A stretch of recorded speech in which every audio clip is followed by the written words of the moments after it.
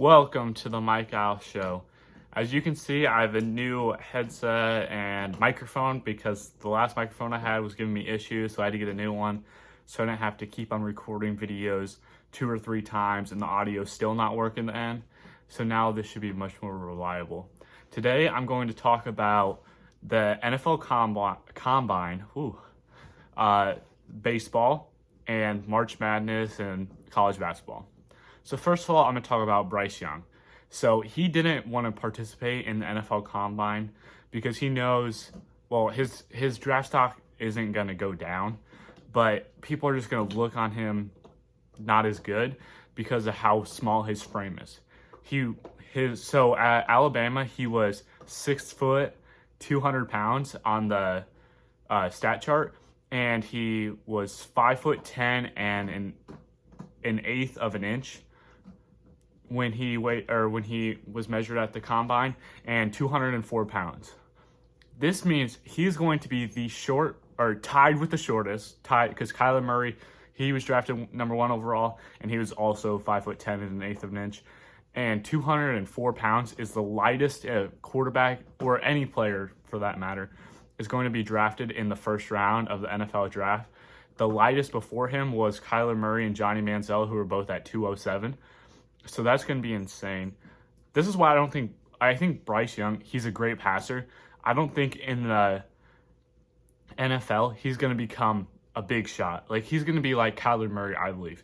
He's going to be a good runner, good passer, but just not physical enough to be a great football player like Patrick Mahomes or how Josh Allen was to start off with.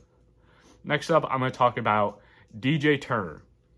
Most people probably have no clue who he is, but he ran the fastest 40-yard dash time ever yesterday, or 2 days ago, I guess. He is a defensive back, and he ran that 40-yard dash in 4.27 seconds, which is just absolutely insane.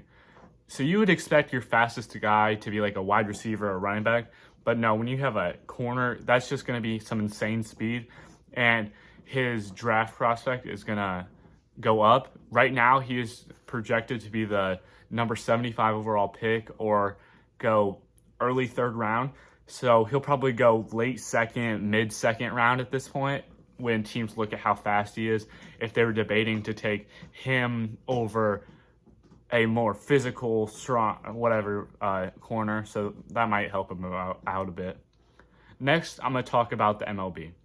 So, as you know, the pitch clock was implemented, and Max Scherzer, he says that with this, it's going to let the pitcher control the game.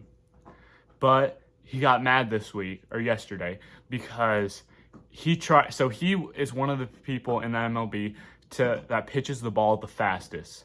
He had the fastest strikeout ever before this week, but he pitches the fastest out of any other pitcher, like to keep on the game going. And yesterday he was trying to rush it. As soon as the pitch clock started, he tried pitching the ball, and the calls a strike. So obviously that's going to make him mad, because he expected to be able to get it off and to quick pitch the guy, but he got called for a balk instead.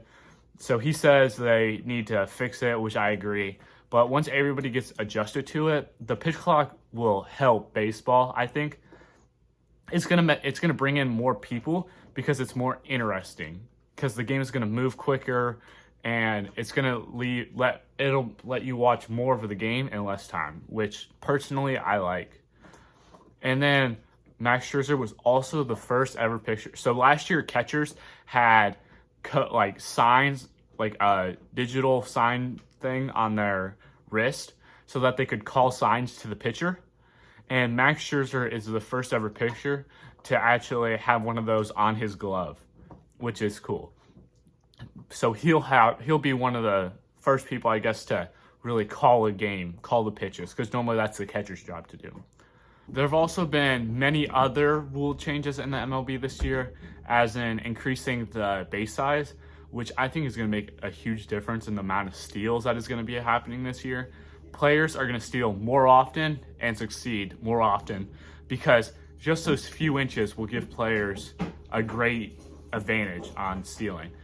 And then also they have another advantage, or they've switched it so you can no longer have a shift on defense, which I think is stupid, because if the defense is playing a shift, say you're a lefty, just bunt it down third base line. There's nobody there. That's a single every time. Or just slap bunt it over there, or do whatever. Just get it down the line, and that's a single, double, whatever.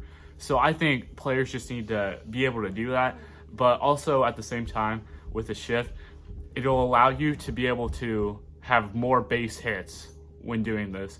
So the shift, not having it has some bad things for it, but I think in the end it'll be more interesting in baseball.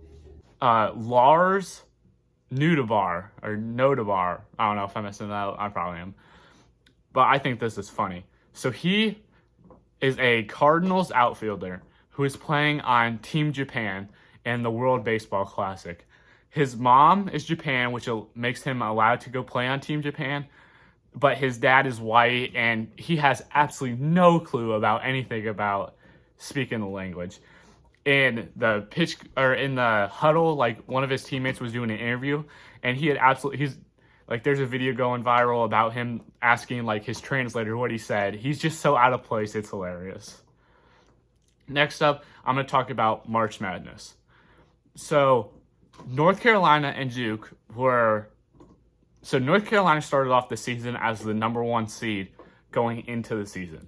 And the first week of basketball, they were the number 1 seed, but they lose 6 games in a row, and that put them down. And now at this point in the thing, they're fighting every single game they need to win to make it into March Madness, which I think is absolutely insane. But I guess when you lose that great coach, it's kind of tough for them. And that's the same thing with Duke. They were highly rated, and now they're down and out, and it'll be a tough push for them to get into March Madness, but they'll get in there. And then lastly, I'm going to talk about seedings for Alabama. They just lost to Texas A&M 67-61, which this is great for Purdue, because I'm pretty sure, I think they have the same record, or Alabama might be 1 game ahead.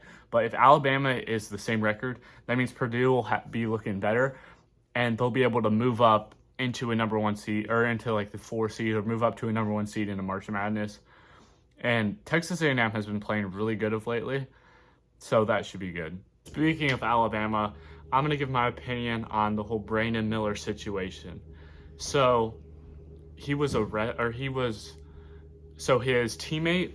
So Brandon Miller is is the best player on Alabama this year and is going off, and it'd be hard for them to lose him. And his teammate, he gave the gun to his teammate, who ended up killing a girl during their season. But what I think is Brandon Miller should still, and people are mad that Brandon Miller is still playing, but I think he should still be able to play, because think about it like this. If I gave you something because you asked me and we were like best friends or something, and I had no clue of your intentions to what you were going to do with it, and you go do something to harm someone with it, is that really your fault? I don't think so, but you can have your opinions. And then he also got in trouble because his first game back from after all this, he goes to his celebration, and he always does the pat down celebration at the end of the announcing line, and that got him into a lot of trouble, and he's no longer allowed to do that anymore. Make sure that you join the Fantasy Baseball League. And we have a lot of open spots, and I'll put a link in the description for that. Thank you, and make sure you subscribe to see more stuff for this.